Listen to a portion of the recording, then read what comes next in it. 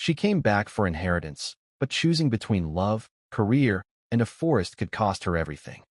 Evelyn Harper measured her life in billable hours, calendar alerts, and the quiet satisfaction of closing deals that other lawyers had failed to finish. Her office stood on the 23rd floor of a glass tower in the heart of London's financial district. From her window, the city looked orderly, efficient, predictable, exactly the way she liked it. She arrived before sunrise most mornings, coffee already in hand. Her tablet open with the day's schedule before the elevator even reached her floor. There was comfort in precision. Meetings began exactly when they should.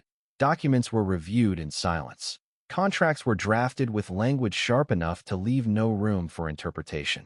Evelyn had built this discipline carefully over 10 years. She had learned early that success in the city required two things above everything else: clarity and distance. Clarity in negotiations. Distance from anything that could weaken judgment. That IT was a rule she followed with ruthless consistency. That on the morning the call came, she was finishing revisions on a merger agreement worth several £100 million. Her phone vibrated quietly across the desk. She glanced at the number, unfamiliar but local to Cumbria. She almost ignored it. Her rule was simple. Unknown numbers waited until after work. But something, perhaps habit, perhaps curiosity, made her answer. "Ms. Harper?" The voice on the other end sounded formal, careful. "Yes. This is Andrew Cole from the solicitor's office in Windermere, but I'm calling regarding the estate of Margaret Harper." For a moment, Evelyn said nothing. She stared through the window at the slow movement of traffic below. Margaret Harper, her aunt, the last relative she still had. "I'm afraid she passed away 3 days ago," the man continued gently. "She named you as the sole heir to her property." The sentence landed with the dull weight of something inevitable. Evelyn closed her eyes briefly. She had not spoken to Margaret in nearly 2 years. The last conversation had been polite, distant, full of small talk about weather and health. Neither of them had mentioned the quiet truth that their worlds had grown completely separate. "What property?" Evelyn asked. "The house and woodland parcel outside Ravensridge. That IT appears to be approximately 40 acres. 40 acres. She almost laughed quietly to herself. That IT sounded absurdly large compared with the narrow apartment she owned in London. She could already see the practical path forward: settle the estate, list the property, sell it quickly, return to London before anyone at the firm noticed her absence. "How soon do I need to be there?" she asked. The solicitor hesitated. "There are documents requiring your signature. The property also needs assessment before probate closes. IT would be advisable if you could visit within the week." Within the week. Evelyn looked down at her calendar. That IT was full. Meetings, hearings, negotiations. She could already hear the irritation in Marcus Lang's voice if she tried to disappear for several days. Marcus disliked delays. But Marcus also respected results. If she handled this efficiently, it might even work in her favor. "I'll be there tomorrow," she said calmly. After ending the call, she remained seated for several seconds. Then she reopened the merger agreement and continued reading as if nothing had happened. But the name Ravensridge had already begun to move quietly through her thoughts like a distant echo. She had not been back there in 10 years. 10 years since she had left the town. Without looking back. 10 years since she had promised herself she would never return. The office door opened softly behind her. Marcus Lang stepped inside without knocking as usual. He moved with the relaxed confidence of someone who had never once doubted his place in a room. Tall, sharply dressed, always composed. Marcus had the calm intensity of a man who understood leverage better than most people understood conversation. "You're still here," he said, glancing at the stack of files. "I thought you'd left hours ago." "Almost finished," Evelyn replied. She turned the document toward him. Clause 17, the liability language needed tightening. Marcus scanned the page briefly and nodded with approval. "Good catch. That would have cost them several million." He placed the file aside and leaned casually against her desk. "Dinner tonight?" Evelyn hesitated only briefly. "I can't. Did I have to travel tomorrow?" Marcus raised an eyebrow. "Travel?" "Family matter. A small estate in Cumbria. My aunt passed away." For the first time, Marcus's expression softened slightly. "I'm sorry." "It's fine. We weren't close." She spoke the words evenly, without visible emotion. Marcus studied her for a moment. Then he nodded once, already shifting back into professional mode. How long will you be gone? A week at most. I'll finalize everything and sell the property. Marcus smiled faintly, efficient as always. He paused, considering something. Actually, this might align perfectly with a project I'm preparing. Evelyn waited. He moved a folder from his briefcase and placed it on the desk. The cover read Emerald Heights, Luxury Mountain Development. Marcus explained. Private resort, residential villas, spa complex, exclusive membership. The investors are American. They want something secluded but prestigious. Evelyn opened the folder. The concept images showed modern buildings nestled among forested hills. The proposal looked ambitious and extremely profitable. Where? She asked. Northern Lake District, Marcus replied. Near a small town called Ravensridge. Evelyn's fingers stopped on the page. Slowly she looked up at him. Marcus did not notice her reaction. He continued speaking with quiet enthusiasm. The land situation there is complicated. Some private parcels, some communal forest rights. If someone with legal precision managed the acquisitions, it could move very quickly. He tapped the folder lightly. Since you'll already be there, perhaps you could take a preliminary look. Evaluate the legal structure.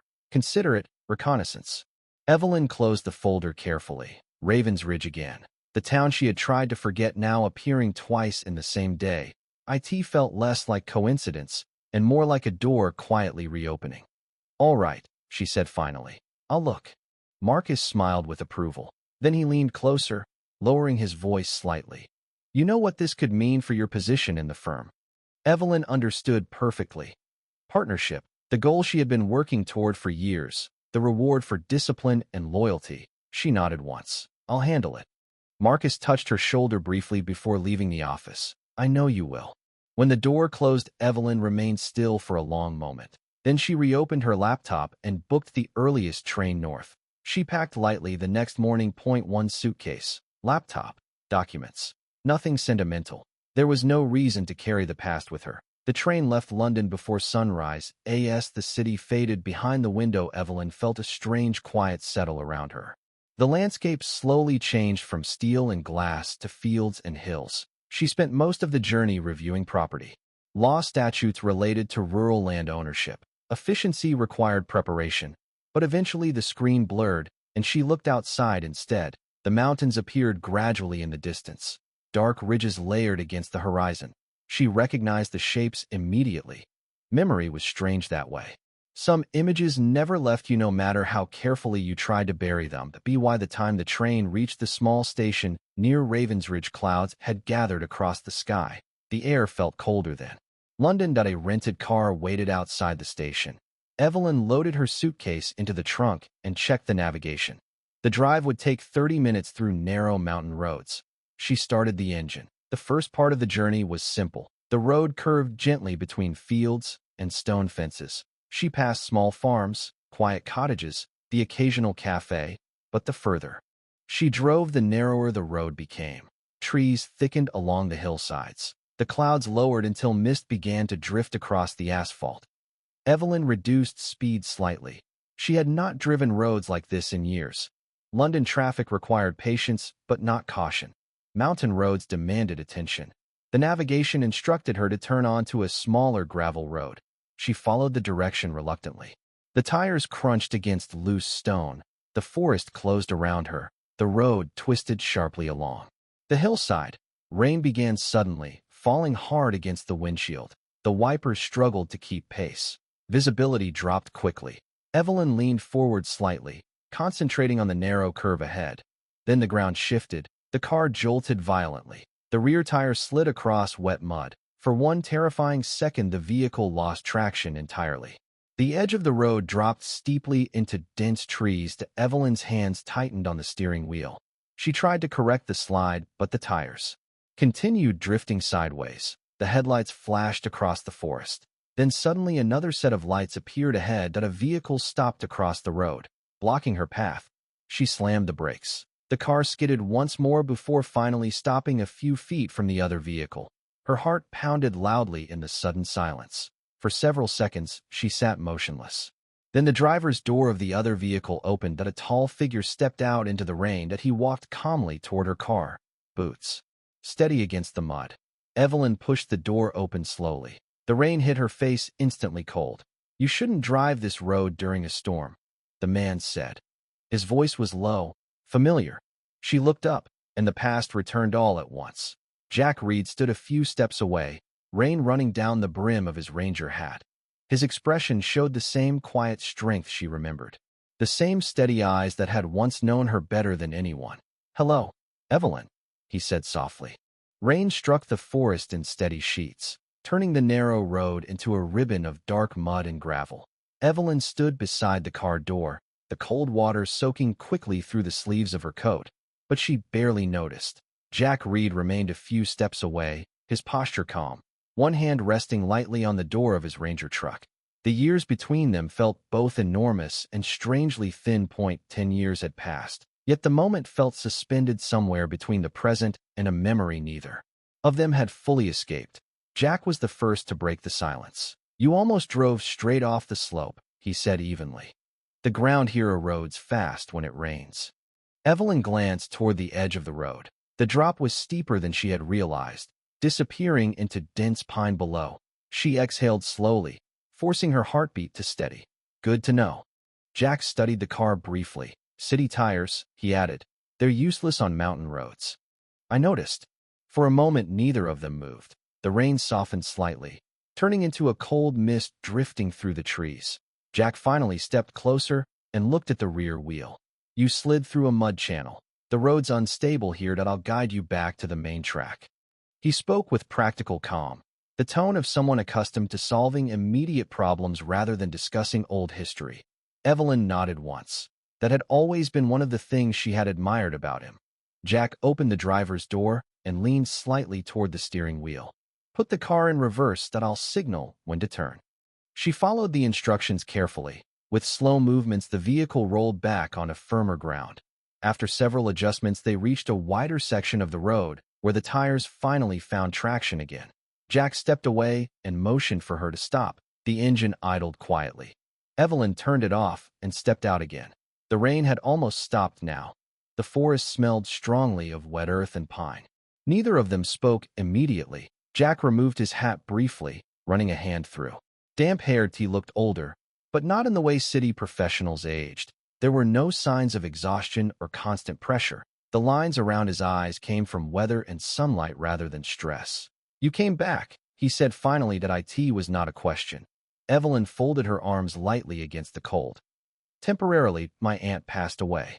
Jack's expression shifted slightly. "Margaret?" "Yes." He nodded slowly. "She was a good woman. She helped half the town with paperwork when the old council office closed." Evelyn looked away toward the trees. She had forgotten that. Margaret had never mentioned it during their rare phone calls. "I'm here to settle the estate," she said. "It shouldn't take long." Jack's eyes studied her carefully. "You're selling the house." Again, it wasn't phrased as a question. Evelyn met his gaze directly. "That's the logical option." A faint smile appeared at the corner of his mouth. "Logical." He repeated the word quietly, as if testing it against some private thought. Evelyn felt a familiar tension rise between them. That same invisible line they had crossed 10 years earlier when logic had defeated everything else. "The property's large," she continued, keeping her tone professional.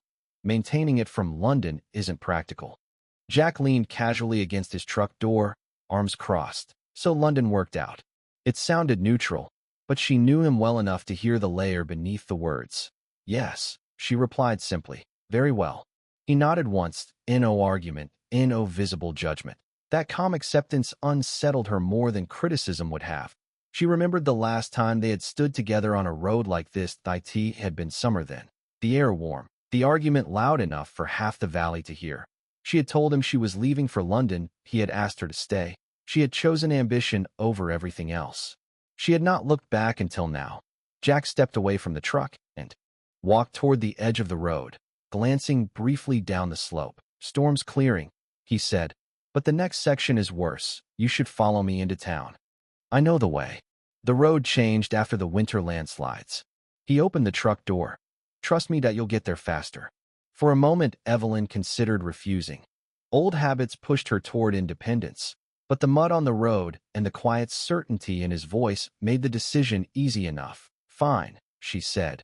Jack started the truck. The engine rumbled steadily as he pulled onto the road ahead of her, and signaled once. Evelyn returned to her car and followed carefully behind. The forest gradually thinned as the road descended into the valley. Ravensridge appeared slowly through the mist, small houses scattered along the hillside, smoke rising from chimneys, narrow streets winding between stone walls that looked almost exactly the same as she remembered. The town center consisted of a small square, a grocery store, a cafe, and the same old pub that had stood there for decades. Jack stopped his truck near the square and stepped out. Evelyn parked beside him and exited the car. "You staying at the house?" he asked. She hesitated. "No, the roof needs inspection. I booked a room at the Ridgeway Hotel." Jack nodded. "Probably wise. Margaret mentioned the place needed repairs last winter." Evelyn glanced around the square. A few locals stood near the cafe windows watching quietly. Small towns always noticed newcomers immediately. She recognized several faces, though their names escaped her memory. "Not much changed," she said. "Some things did." Jack replied that he pointed toward the far end of the valley where the forest rose thick and dark against the mountains. Developers started looking at this area last year. Big money, private resorts. Evelyn kept her expression neutral, though Marcus's proposal immediately returned to her thoughts. "Tourism brings revenue," she said carefully. Jack studied her again. That calm, steady look that always seemed to see more than she intended to reveal. "Sometimes," he said. "Sometimes it just brings fences." The conversation paused as a cold breeze moved through the square. Evelyn checked her watch automatically. "I should meet the solicitor," she said. "Estate paperwork." Jack nodded. "Cole's office is 2 streets down. He'll still be there." He opened his truck door again, but stopped before getting inside. "If you're walking the woodland boundaries later," he added, "call the ranger station. Some of those trails washed out." "I'll manage." Jack smiled faintly. "You always did." He climbed into the truck and started the engine. Evelyn watched as the vehicle rolled slowly down the street before disappearing behind the old grocery building. She stood alone in the square for a moment longer, feeling the strange weight of the town around her. Then she turned and walked toward the solicitor's office, and toward the beginning of everything she had come here to finish. The office of Andrew Cole stood in a narrow stone building between the pharmacy and a small bakery that smelled faintly of warm bread.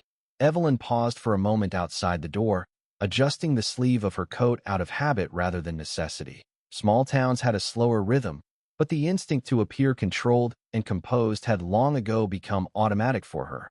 She stepped inside. The interior looked exactly like every provincial solicitor's office she had ever seen. Wooden shelves, thick folders, framed certificates from law schools that had once meant everything to their owners and now existed mostly as decoration. But a middle-aged man stood from behind the desk when she entered. "Ms. Harper," he said politely. "I'm Andrew Cole. Thank you for coming so quickly." Evelyn shook his hand. "Of course." He gestured toward the chair opposite his desk. "Please sit. I'm sorry to meet under these circumstances." Evelyn sat and placed her laptop bag neatly beside the chair. "You said there were documents requiring my signature." Cole nodded and opened a folder thick with papers. "Yes, your aunt left clear instructions. The house, the surrounding woodland parcel, and several smaller financial accounts are transferred entirely to you." He slid the first document toward her. Evelyn scanned the page quickly, her eyes moving across the legal language with practiced precision. The will was simple, almost minimalist. Margaret Harper had clearly trusted the structure of the local legal system to complete the rest. "The property includes the residence and 42 acres of forest," Cole continued. "Most of it remains under a conservation agreement established 20 years ago." Evelyn paused. "Conservation?" "Yes, that a local land protection clause that restricts certain types of commercial development." She leaned back slightly. That complicated things. Selling rural land was simple when the buyer could use it freely. Restrictions narrowed the field considerably. "Can the agreement be amended?" she asked. Cole hesitated. "Technically, yes, but the surrounding parcels share communal environmental rights. The town council would need to approve any modification." Evelyn nodded slowly. In other words, the decision wasn't purely hers. She made a mental note to review the legal structure later. "You'll also need to inspect the woodland boundary lines," Cole added. "The registry hasn't been updated since your aunt's health declined." "I'll handle that tomorrow." Cole smiled faintly. "You sound very certain." "I usually am." They finished the remaining paperwork quickly. Evelyn signed each document with clean, deliberate strokes. When everything was complete, Cole closed the folder and folded his hands. "There is one more thing," he said. "Your aunt left a personal note. She asked that I give it to you directly." He opened a drawer and removed a small envelope. Evelyn accepted it with mild curiosity. The handwriting on the front was unmistakably Margaret's, slightly uneven but still careful. She opened the envelope slowly. Inside was a single sheet of paper. The message was short. Evelyn read it twice before looking up again. "She wanted you to see the forest before making any decisions," Cole explained quietly. "She believed you might remember why she loved this place." Evelyn folded the letter and returned it to the envelope. "Memory doesn't change market value," she said calmly. Cole didn't argue that, he simply nodded. The meeting ended shortly afterward. Evelyn stepped back into the cool afternoon air. The clouds had lifted slightly, allowing pale sunlight to touch the hills surrounding the town. She checked the time. She still had several hours before evening. The logical next step was obvious. She needed to inspect the property. The Harper house stood on the edge of the forest at the far end of Ravensridge. The road leading there was narrower than she remembered, bordered by thick pines that blocked most of the sky. When she reached the small clearing where the house stood, she stopped the car and turned off the engine. Silence settled immediately. The house looked older but still solid. Stone walls, dark roof, wooden porch that wrapped around the front. She had spent nearly every summer of her childhood here. Back then the forest had felt enormous. She stepped out of the car and walked slowly toward the porch. The boards creaked slightly beneath her shoes when she climbed the steps. She unlocked the door using the key Cole had provided. The interior smelled faintly of dust and old wood. The furniture remained exactly where Margaret had always kept it, the worn sofa, and near the fireplace, the bookshelf filled with gardening guides and nature journals. The kitchen table by the window. Evelyn moved through the rooms carefully, as if walking inside someone else's memory rather than her own. Everything felt smaller than she remembered. She paused in the living room and looked toward the large window facing the forest. The trees stood tall and unmoving in the late afternoon light. Margaret had once told her that forests kept secrets longer than people did. At the time, Evelyn had laughed. She walked outside again and stepped off the porch. The edge of the forest began only a few meters from the house. The ground was soft with pine needles that a narrow path led deeper between the trees. She followed it almost without thinking. After several minutes, the sounds of the town disappeared completely. The forest was quiet except for distant wind moving through the branches. Evelyn stopped near a small wooden marker that indicated one of the old boundary points. She checked the coordinates on her phone against the registry map. The signal flickered weakly out here. She sighed slightly. That meant she would need a physical survey rather than a digital confirmation. Still measuring lines instead of enjoying the view. The voice came from behind her. Evelyn turned. Jack stepped out from the trees, carrying a ranger's field pack over one shoulder. He looked as if he had been walking through the forest for hours, completely at ease among the shadows and branches. "You followed me?" she asked. "No," he said. "I work here." He nodded toward the trees. "These trails are part of my patrol area." Evelyn folded her arms lightly. "Convenient coincidence." Jack smiled faintly. "You always did prefer coincidences that made sense." He stepped closer and looked at the boundary marker. Margaret maintained these lines carefully. "I noticed." "Planning to sell soon?" he asked. Evelyn met his gaze. "Yes." Jack looked out across the forest again. The sunlight filtered through the branches, painting shifting patterns across the ground. "Developers have been asking about land around here for months," he said quietly. "Someone's trying to build a private resort." Evelyn remained silent. Jack continued. "If enough parcels sell, they'll push the council to lift conservation restrictions." He looked back at her. "That forest protects half the valley from erosion and flooding. If it disappears, the town changes permanently." Evelyn felt the weight of his words, but kept her voice steady. "Economic development isn't automatically destructive." Jack studied her expression carefully. Then he nodded once, as if confirming something to himself. "You came back as a lawyer," he said. "Not as the girl who used to run through these trees." Evelyn didn't respond. The silence stretched between them again. Finally, Jack adjusted the strap of his pack. "Storm's coming tonight," he said. "You shouldn't stay in the forest after dark." He turned to leave, but paused briefly. "Good to see you again," Evelyn. Then he disappeared between the trees. Evelyn stood alone beside the boundary marker. The wind moved softly through the branches above her. She looked down at the registry map again, then at the endless stretch of forest beyond it. And for the first time since arriving in Ravensridge, the situation no longer felt like a simple transaction. Night came quickly in the mountains. By the time Evelyn returned to the Harper house, the last light had already disappeared behind the ridges. The forest outside the windows had turned into a dark wall of quiet movement, where wind brushed through the branches with low, steady whispers. She stood for a moment in the doorway of the living room without turning on the lights.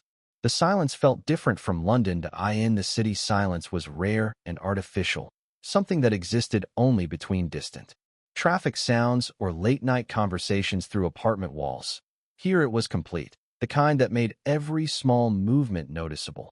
Evelyn finally reached for the switch. The soft yellow light revealed the same simple room she had walked through earlier. She placed her laptop on the kitchen table and opened it immediately.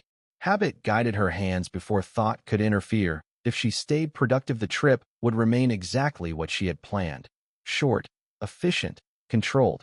She began reviewing property records from the Regional Land Registry. The files confirmed what Andrew Cole had mentioned earlier. The Harper woodland was part of a larger protected environmental corridor shared by several neighboring parcels. The conservation agreement restricted large-scale construction unless a majority of landowners supported the change. Evelyn leaned back slightly.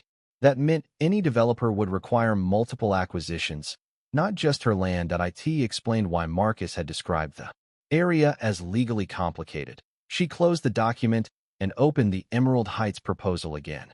The digital renderings appeared bright and polished on the screen.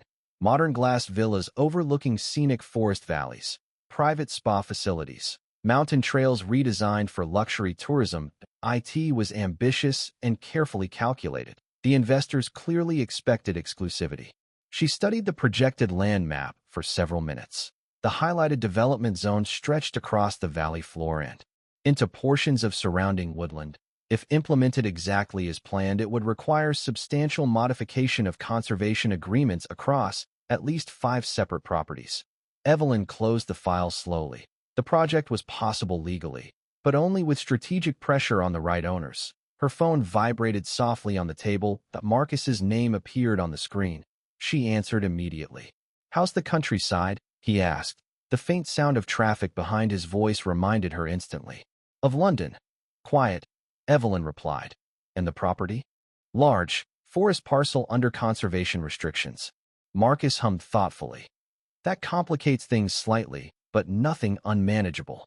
I assumed you knew about the restrictions already." "Of course, but hearing confirmation from you is more reliable than any preliminary survey." Evelyn watched the dark forest through the kitchen window. The surrounding parcels share environmental rights. The council vote would be required to modify the agreements. "That's where negotiation becomes useful," Marcus said calmly. "People rarely resist long when presented with the right incentives." His tone carried the quiet certainty of someone who had closed hundreds of deals before. Evelyn understood that voice well. That meant he had already begun planning several moves ahead. "How strong is the local opposition?" he asked. "Too early to tell." She hesitated briefly before adding, "The Ranger Association monitors the forest boundaries closely." Marcus chuckled softly. "Local conservationists always protest at first. They usually disappear when financial reality becomes clear." Evelyn said nothing. For a moment Marcus seemed to sense her silence. "You sound distracted," he said, "just tired." "Don't let nostalgia slow you down, Evelyn." His voice remained smooth, but the message beneath it was unmistakable. "This project could accelerate your partnership track by at least 2 years." She already knew that. The firm valued results above sentiment. "I'm aware." "Good." Marcus paused. "Send me a preliminary legal assessment tomorrow evening. I want to know exactly how difficult the acquisition will be." "Understood." The call ended quietly. Evelyn remained seated at the table for several seconds, staring at the blank screen of her phone. Then she closed the laptop. The wind outside had grown stronger. Branches brushed lightly against the roof with hollow sounds that echoed through the quiet house. She moved through the room slowly before heading upstairs. The bedroom at the end of the hallway still contained the narrow wooden bed she had used as a teenager. The small bookshelf stood beside the window, filled with old novels she had once read during long summer evenings. She ran a finger lightly across the shelf that a thin line appeared in the dust. She lay down on the bed without turning off the lamp. Sleep came slowly. Memories had an inconvenient way of appearing when routine disappeared. The next morning arrived with pale sunlight filtering through the curtains. Evelyn woke early out of habit. The house felt colder than she expected. She made coffee in the small kitchen and opened the front door. The forest stood, calm and bright after the storm. The ground glistened slightly where rainwater had soaked into the earth. For a moment, she simply stood on the porch breathing the cold air. Then she returned inside and opened her laptop again. There was work to do at BY mid-morning. She had finished reviewing the conservation statutes and local land agreements. The situation was clearer now.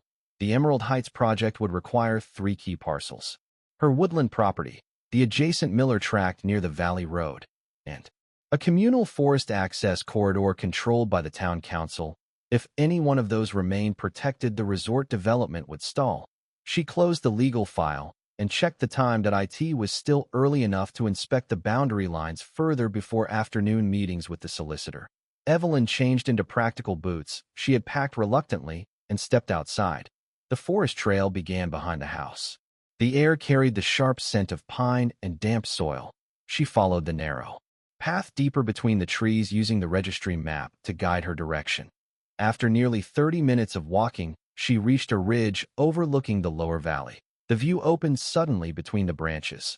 The small town of Ravensridge rested quietly below. Smoke drifted from chimneys. The river curved slowly through the fields toward distant hills. Evelyn studied the landscape carefully.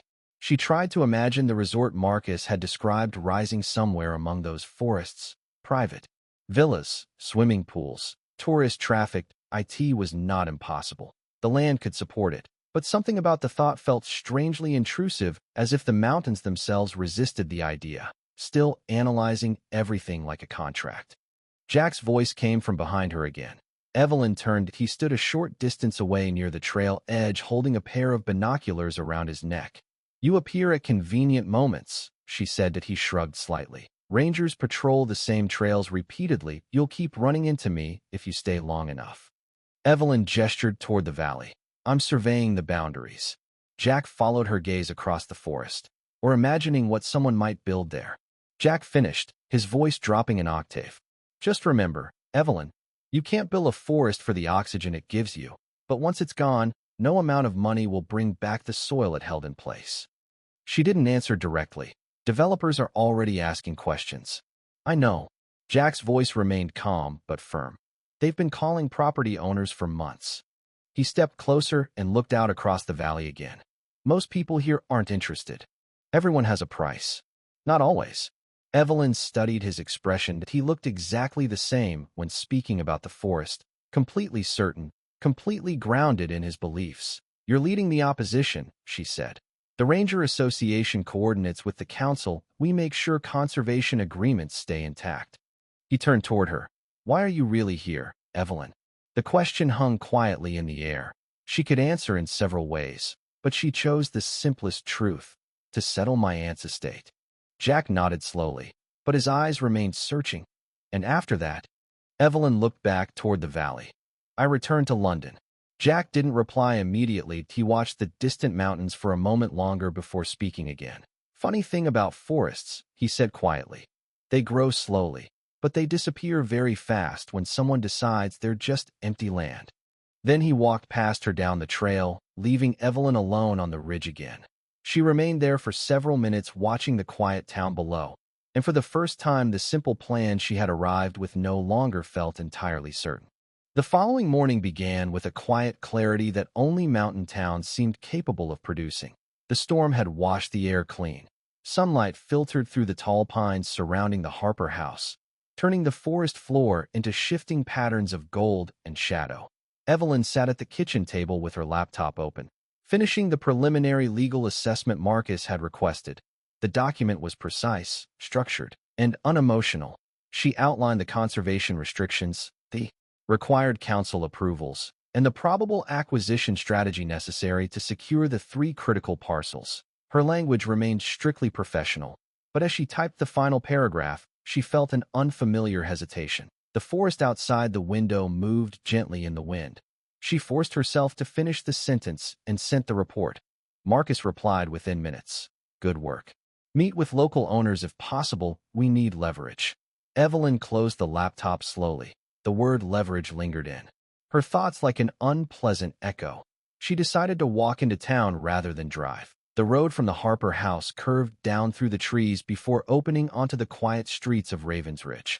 The town was already awake. Shop owners opened doors as a delivery truck moved slowly past the grocery store. The same calm rhythm she remembered from childhood continued unchanged. She stopped briefly at the cafe near the square. The interior smelled of coffee and baked bread. A few locals sat near the windows speaking in low voices. Conversations paused briefly when she entered. Evelyn ordered coffee and sat near the back table. She was used to being observed. In London it happened for different reasons. Competition, curiosity, calculation. Here the attention felt simpler. The town recognized her as someone who had once belonged and then left. She finished the coffee quickly and stepped outside again. The ranger station stood near the edge of town beside a narrow trail leading into the forest. A small wooden sign marked the building as the local environmental patrol office. Evelyn hesitated briefly before walking inside. The interior was functional rather than decorative. Maps covered most of the walls. Trail reports and wildlife notices were pinned across several bulletin boards. A radio crackled softly somewhere in the background. Jack stood at a large table near the center of the room, studying a map with another ranger. He looked up when Evelyn entered. His expression remained calm, but mildly surprised. You're exploring official buildings now, he said. Evelyn approached the table. I need information about the conservation boundaries. The other ranger nodded politely and stepped away, leaving them alone. Jack rested his hands lightly on the map. You already know the legal structure. I want to understand the physical terrain. Jack considered that answer for a moment. Then he gestured toward the map. The protected corridor runs through the entire valley. Any large development here would affect the water system and the forest stability. Evelyn studied the marked lines carefully. The shaded area included most of the land surrounding Ravensridge. That's a significant restriction, she said. It's also the reason the town still exists, Jack replied. Without the forest cover, the valley floods every spring. He pointed toward a river line drawn across the map. The trees hold the soil together. Evelyn nodded slowly. She had already read the environmental report the previous evening, but hearing it described with such certainty felt different. Developers don't usually consider those details, Jack added. They consider revenue projections. Evelyn met his gaze. And sometimes revenue matters. Jack didn't argue, he simply leaned slightly against the table. You've always believed that. Evelyn chose not to respond. The silence between them carried years of unfinished conversation. Jack finally spoke again. There's a town council meeting tonight. They'll be discussing the increased developer interest. Public meeting. Yes. Evelyn thought briefly. That could be useful. She needed to observe how strongly the community opposed development. I'll attend, she said. Jack nodded once. You'll hear many opinions. She turned to leave, but paused at the door. Do the locals trust you? She asked. He seemed mildly amused by the question. Enough. Then your opinion carries weight. Sometimes. Evelyn studied him for a moment longer before stepping outside again. The afternoon passed quietly. She returned to the Harper house and reviewed additional land documents while preparing notes for the evening meeting. By sunset, the temperature had dropped again. A faint orange glow appeared across the mountains as the last light faded behind the peaks. The town hall stood near the center of Ravensridge, a modest stone building with tall windows and wooden doors. When Evelyn arrived, several residents had already gathered outside speaking in small groups. She entered quietly and took a seat near the back. The council chamber filled gradually.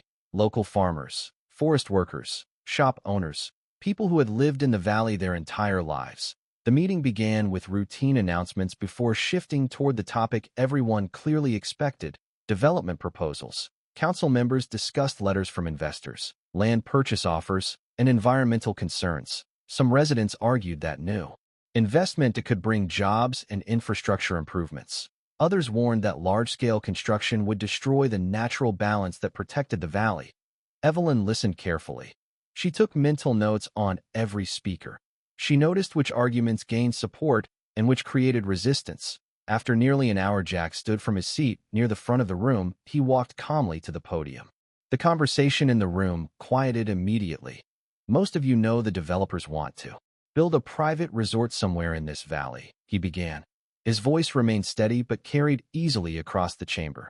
They promise economic growth, luxury tourism, more outside investment.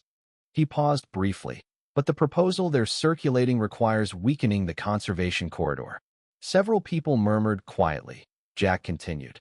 The forest around Ravensridge isn't just scenery. It stabilizes the soil, protects the river system, and prevents landslides during heavy rain. That if enough land changes hands, the legal protection disappears. He looked around the room. Once that happens, the valley changes permanently. The room remained silent for a moment. Then questions began again. Some residents worried about property values. Others discussed environmental risks. Evelyn watched the reactions carefully. That Jack's influence was obvious. People trusted his judgment. The meeting ended late. When the crowd slowly dispersed, Evelyn stepped outside into the cold night air. She had just reached the street when a familiar voice spoke behind her. Marcus stepped out from the shadows of the town hall, his silk coat a dark stain against the gray stone. The ranger's speech was an emotional play. Evelyn, effective for a crowd, but useless against a foreclosure, he said, his voice cold and precise. I've initiated the buyback on the miller's debt. By tomorrow, their signature won't be a choice. It will be a necessity. And your property is the anchor. If you don't file the conservation waiver tonight, the investors will pull out, and your partnership goes with them. Marcus chose the Ridgeway Hotel without asking Evelyn where she was staying. The building stood at the edge of Ravensridge, overlooking the valley. That a modest structure by city standards, but the closest thing the town had to formal accommodation. The lobby lights glowed warmly through wide windows when Evelyn and Marcus entered. The receptionist greeted them politely before returning to her paperwork. Marcus walked beside Evelyn with the quiet confidence of someone completely comfortable in unfamiliar territory. He removed his coat slowly and glanced around the room, as if evaluating the building's potential value. Not exactly 5-star, he said, but functional. Evelyn said nothing. She was studying him carefully. He looked exactly as he always did in London.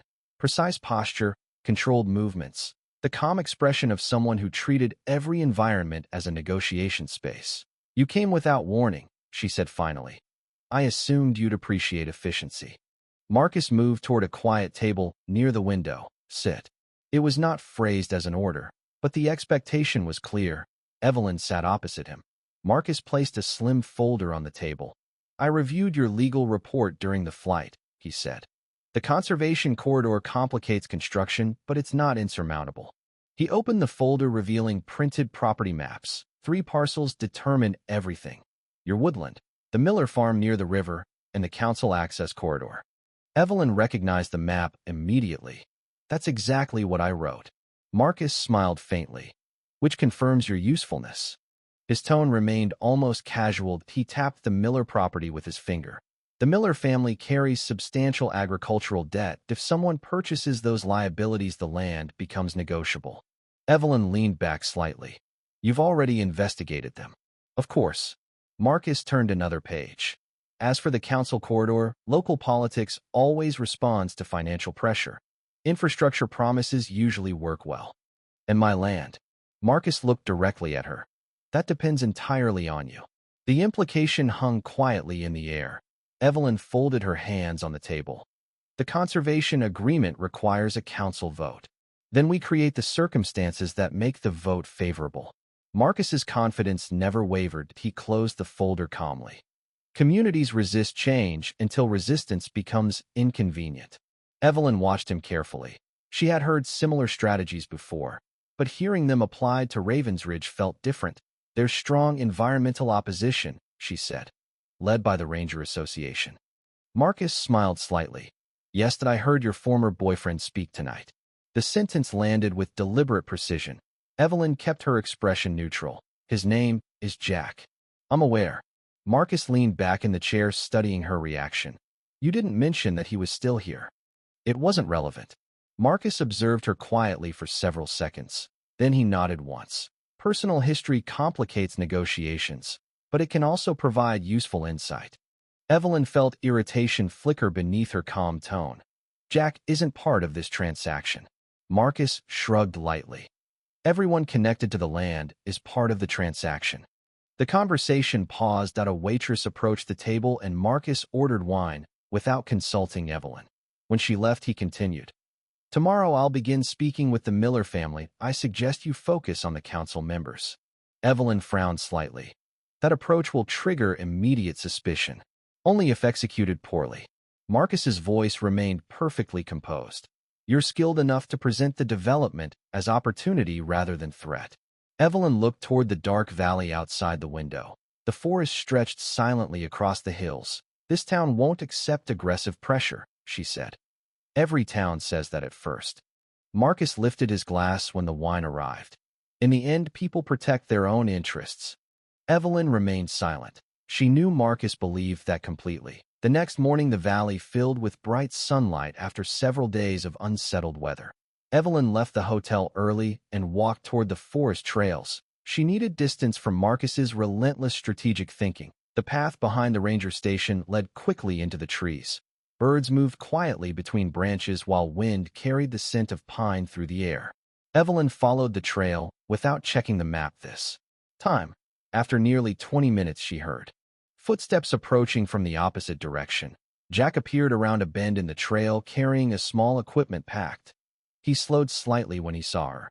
You're becoming predictable, he said. I walk here every morning. Evelyn stopped beside the trail. Habit helps clear your mind. Jack studied her expression. Something's bothering you. She hesitated briefly before answering. Marcus arrived last night. Jack's eyes narrowed slightly. I saw him leaving the town hall parking lot. He plans to stay several days.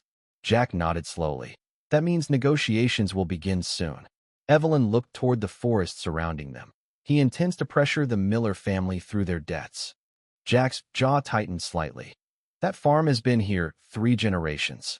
Marcus sees it as a leverage point. Jack stepped closer. His voice remained calm, but carried unmistakable anger beneath the surface. Developers always say the same thing, that small towns should be grateful for investment. Evelyn met his gaze. Some communities do benefit from development. At what cost? The question came quietly but firmly. Evelyn didn't answer immediately. The forest wind moved through the branches above them. Jack continued more softly. You used to love these trails. You knew every hidden path when you were 17. Evelyn looked away briefly. People change. Yes. Jack's voice carried no accusation, but not always for the better. The tension between them deepened. For a moment, the years since their last conversation seemed to collapse completely. Jack finally spoke again. Marcus won't succeed here easily, he said. The council trusts the conservation reports. Evelyn exhaled slowly. You underestimate his persistence. Jack studied her carefully. And you underestimate the people who live here. He stepped aside, allowing her space on the narrow trail. You should attend the summer festival tonight, he added unexpectedly. The whole town gathers by the river. Evelyn looked surprised. Why would I do that? Because you're part of this town whether you admit it or not. Jack adjusted the strap of his pack. And because you might remember something worth protecting. He walked past her, continuing down the trail. Evelyn remained standing among the trees for several minutes. The invitation felt strangely personal in a way nothing else during this trip had been. Why evening the riverbank near Ravensridge filled with music and lantern light. The annual festival had clearly been a tradition for decades. Long wooden tables stood near the water while children ran between groups of laughing adults. The entire town seemed present. Evelyn hesitated briefly at the edge of the gathering before stepping closer. She felt slightly out of place among people who had known one another their entire lives. Then Jack appeared beside her holding 2 cups of cider. You actually came, he said, handing her one. Evelyn accepted it. Curiosity. They stood near the river watching the lanterns reflect across the water. For a moment, neither of them spoke. The music from a small band drifted softly through the evening air. You look different here, Jack said finally. Less controlled. Evelyn almost smiled. That's probably the cider. Jack studied her expression. Or maybe the mountains. Their conversation gradually softened as the evening continued. They spoke about small memories from their teenage years, hiking trails, summer storms, the old wooden bridge that had collapsed during a flood years earlier. The tension between them slowly shifted from guarded distance to something more complicated as night deepened the crowd near the river thinned slightly. Jack and Evelyn walked along the water's edge away from the lantern lights. The forest rose quietly around them. The air had turned cooler. When they reached a small wooden shelter near the trail entrance, Jack stopped walking, but he looked at Evelyn with a seriousness that erased the easy mood of the festival. "Why did you really leave back then?" he asked. Evelyn hesitated. The question carried 10 years of unanswered history. She finally spoke quietly. "My mother spent her entire life in towns like this. She had talent, she had intelligence, but she slowly disappeared into routine and expectation." Jack listened without interrupting. "I was afraid the same thing would happen to me," she continued. "I needed to prove I could build something bigger." The forest remained silent around them. Jack nodded slowly. "So you ran toward the city?" "Yes. And now you came back representing the people who want to erase everything here." Evelyn looked down briefly. "I didn't plan it that way." Jack stepped closer. The distance between them narrowed to almost nothing. "You always planned everything carefully," he said quietly. Evelyn looked up to answer, but the words never came. The moment held something deeper than argument or memory. For several seconds they simply stood there. Then Jack reached out instinctively and pulled her closer. The kiss came suddenly, but without hesitation. It carried years of unfinished emotion compressed into a single moment. Evelyn felt the familiar warmth she had tried to forget for a decade. When they finally stepped apart, neither of them spoke immediately. The reality of what had just happened settled slowly between them. "This doesn't change anything," Evelyn said quietly. Jack's expression remained calm, but conflicted. "No," he agreed, "it doesn't." But neither of them stepped away.